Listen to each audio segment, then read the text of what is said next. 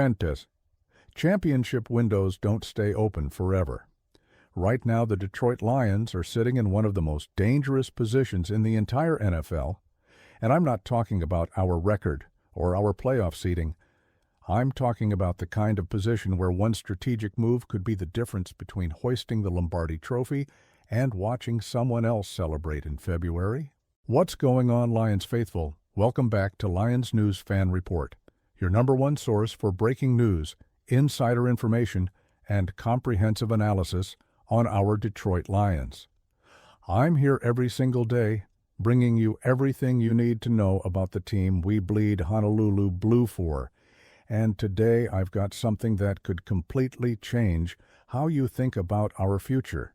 Stay with me, because what I'm about to reveal involves our scouting department, the upcoming draft, and a player who could take this offense to a level we haven't seen in decades. Before we dive into the main event, let me set the stage for where we are right now. The Lions are preparing for Sunday Night Football against the Philadelphia Eagles, one of the premier matchups of the entire season. Two of the best-built rosters in the league going head-to-head under the lights. But while the players are focused on Sunday night, Brad Holmes and our scouting staff have their eyes on Saturday. College football is in full swing, and the 2026 NFL Draft is already on the radar for teams that understand you can never stop building for the future. The Lions and Eagles have been two of the absolute best organizations in the league when it comes to scouting talent and constructing rosters. We've watched Brad Holmes work magic in recent drafts, finding difference makers at every level. We've seen Dan Campbell build a culture that players want to be part of, and we've witnessed this franchise transform from perennial losers into legitimate Super Bowl contenders. But the job is never done. Championship teams are always looking ahead, always identifying the next wave of talent, always staying one step ahead of the competition. Saturday's college football slate is loaded with prospects who could potentially wear the Honolulu blue in the future. There are cornerbacks who fit the mold of what Aaron Glenn looks for in his secondary. There are defensive linemen who could bolster an already dominant front. There are offensive tackles who could protect Jared Goff for the next decade. But there's one position that keeps coming up in conversations among scouts and draft analysts. One position where adding an elite talent could take our offense from great to absolutely unstoppable. I'm talking about wide receiver. Now, before anyone panics, let me be clear. Amon-Ra St. Brown is one of the best receivers in the entire NFL. The man is an absolute weapon, a first-team All-Pro caliber player who does everything at an elite level.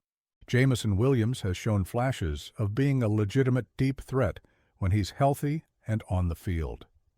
Khalif Raymond provides veteran savvy and clutch playmaking ability. Isaac Taslaya has emerged as a reliable option in the slot. Our receiving core is good right now, no question about it. But good isn't good enough when you're trying to win championships. Look at the teams that have hoisted the Lombardi Trophy in recent years. Look at the offenses that have dominated playoff football. They all have one thing in common: multiple elite weapons that defenses simply cannot account for.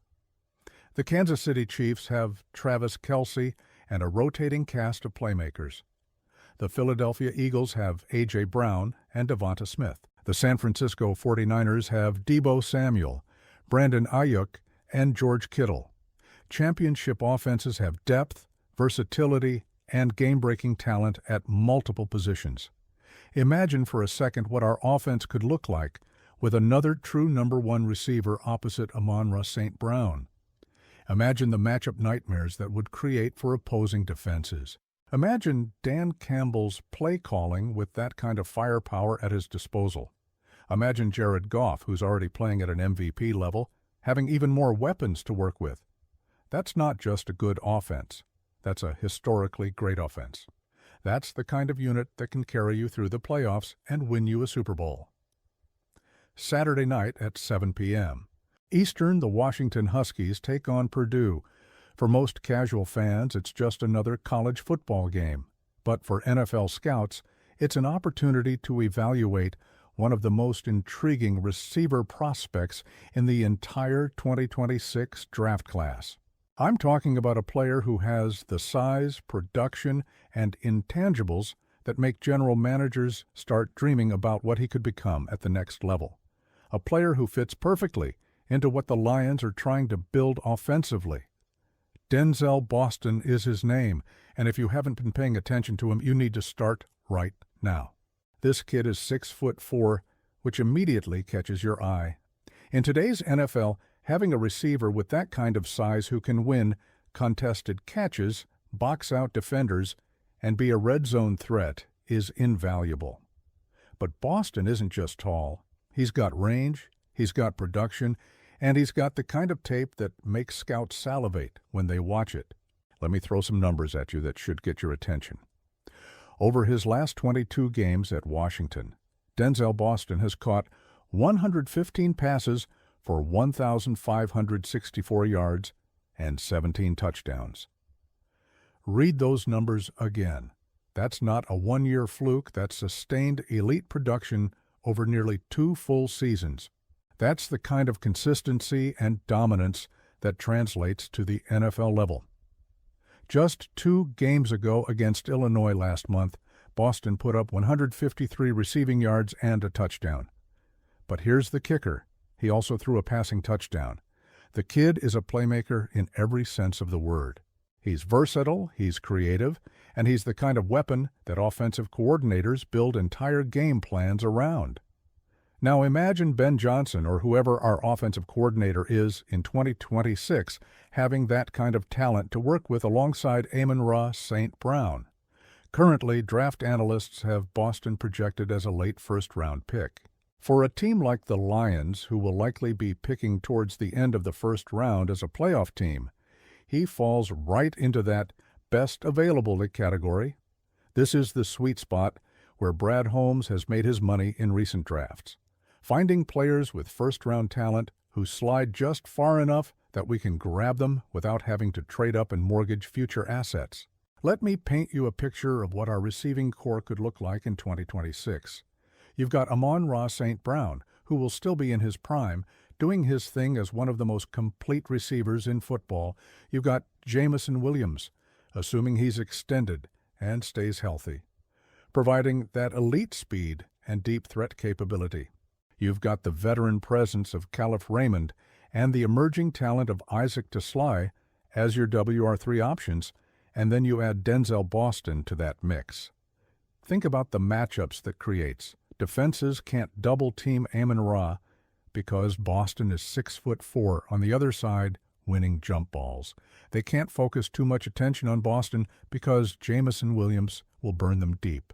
They can't cheat safeties over the top because our running game with David Montgomery and Jahmyr Gibbs will gash them on the ground. There's literally no way to defend that offense if everyone is healthy and executing. Dan Campbell's play calling would reach another level entirely with Boston in the fold. Think about all those creative concepts we run now, the motion, the misdirection, the play-action shots down the field. Now add a 6'4" receiver who can high-point the football, make contested catches in traffic, and be a legitimate red zone threat. The possibilities would be endless. We're talking about an offense that could legitimately score 40 points a game against elite defenses. Jared Goff would be licking his chops with that kind of talent around him. Goff is already playing some of the best football of his career right now, and he's doing it with a good but not elite receiving core. Give him a true number 1 opposite Amon-Ra and watch what happens. We're talking about potential MVP-level production.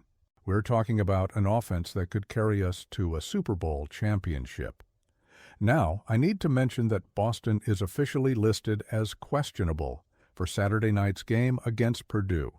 That's something to monitor, and obviously, if he doesn't play, it limits the evaluation opportunity for our scouts.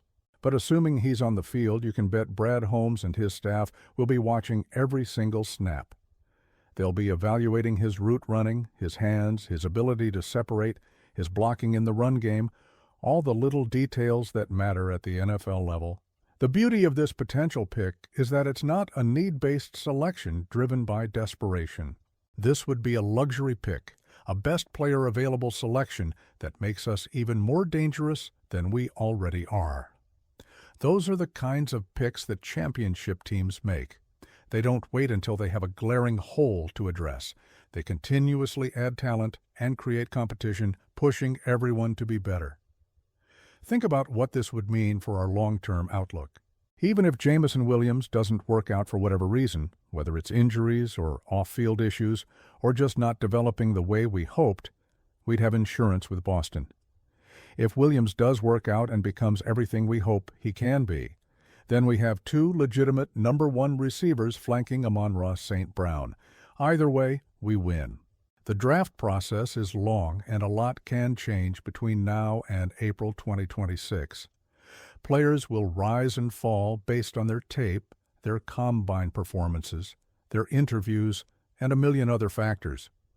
But right now, based on what we're seeing on the field, Denzel Boston is the kind of prospect that fits exactly what the Lions are building. He's got the size, the production, the intangibles, and the character that Brad Holmes values in his draft picks. Saturday night gives Boston another opportunity to showcase his talents on a big stage.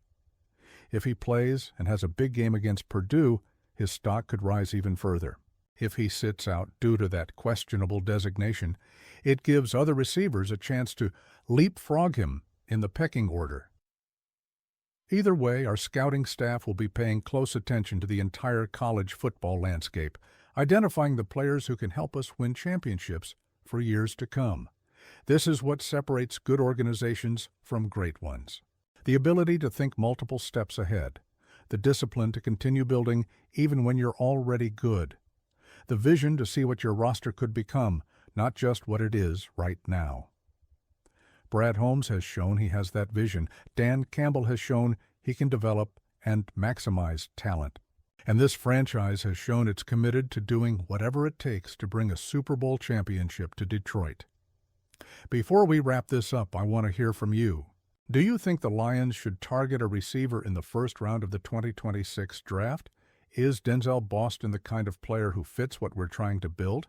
Would you rather see us address another position, or is adding elite talent at receiver the move that puts us over the top?